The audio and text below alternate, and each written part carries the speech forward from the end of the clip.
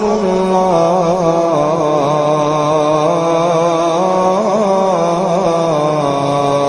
أكبر۔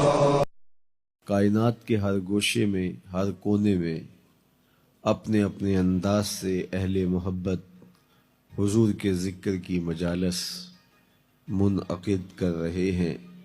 میرے امام نے کہا تھا کان جدھر لگائیے تیری ہی داستاں ہے۔ سو آج میں اور آپ بھی اسی سعادت سے بہرہور ہو رہے ہیں۔ حضور کا ذکر میٹھا بھی ہے، دل آویز بھی۔ میرے شہر کے ایک پنجابی شاعر نے کیا خوب کہا، تینوں سینے دی میں ٹھنڈ آکھاں، تینوں سینے دی میں ٹھنڈ آکھاں، شہد گلاب تے کھنڈ آکھاں۔ یہ پروفیسر انور مسعود صاحب ہیں تو مزاحیہ شاعر، لیکن جب نعت لکھنے پہ آئے تو قلم توڑ دیا۔ ان کا نام لبوں پر آئے، میٹھا میٹھا منہ ہو جائے، ان کے بول بہاروں جیسے اور اصحاب ستاروں جیسے، ان سا پیارا اور نہ کوئی، ان سے بچھڑ کے لکڑی روئی، جب وہ سیر کو جایا کرتے سر پہ بادل سایا کرتے۔ حضور کے تذکرہ دل نواز سے ہمیں جہاں راحت پہنچتی ہے وہاں دلوں کے اندھیرے چھٹتے ہیں، اور ذکر محبوب قرب محبوب کا سبب ہے۔ آپ جس کا ذکر کرتے ہیں اس کی قربت آپ کو نصیب ہوتی چلی جاتی ہے، اور محب کے لیے تذکرہ محبوب ایک ایسی دولت ہے کہ اس کا جی چاہتا ہے کہ یہ تذکرہ چھڑا رہے۔ عائد ذکر نعمان لنا فإن ذکرہ هو المسک ما کررتہ یتضوع۔ امام شافعی علیہ رحمہ نے کہا میرے ممدوح کی باتیں چھیڑو، ان کا تذکرہ ایسی کستوری ہے تم جوں جوں سے چھیڑتے جاؤ گے خوشبو پھیلتی چلی جائے گی۔ کستوری کا مزاج آپ جانتے ہیں، جوں جوں رگڑتے ہیں اتنی ہی خوشبو پھیلتی ہے۔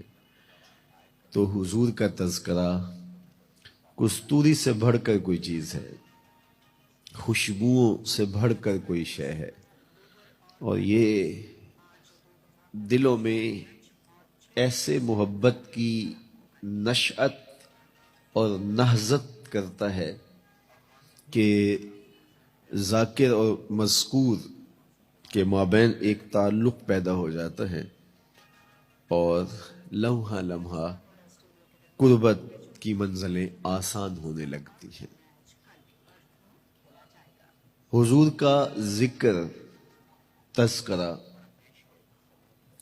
شوق کو مہمیز لگاتا ہے، اور پھر انسان جس سے محبت کرتا ہے اس کی اطاعت، اس کی فرما برداری کی طرف آتا ہے، اور محبت کی فراوانی محبوب کی منشا کو جاننے کا فن سیکھ لیتی ہے۔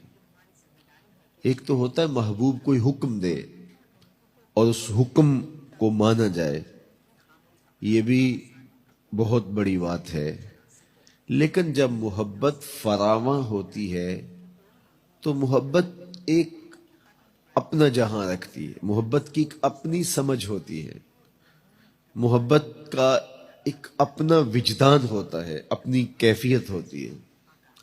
محبت جان لیتی ہے کہ میرے محبوب کی مرضی کیا ہے، میرے محبوب کی منشا کیا ہے، پھر محبوب کو حکم دینے کی ضرورت نہیں ہوتی۔ محب محبوب کی محبت کے سانچے میں خود بخود ڈھل جاتا ہے۔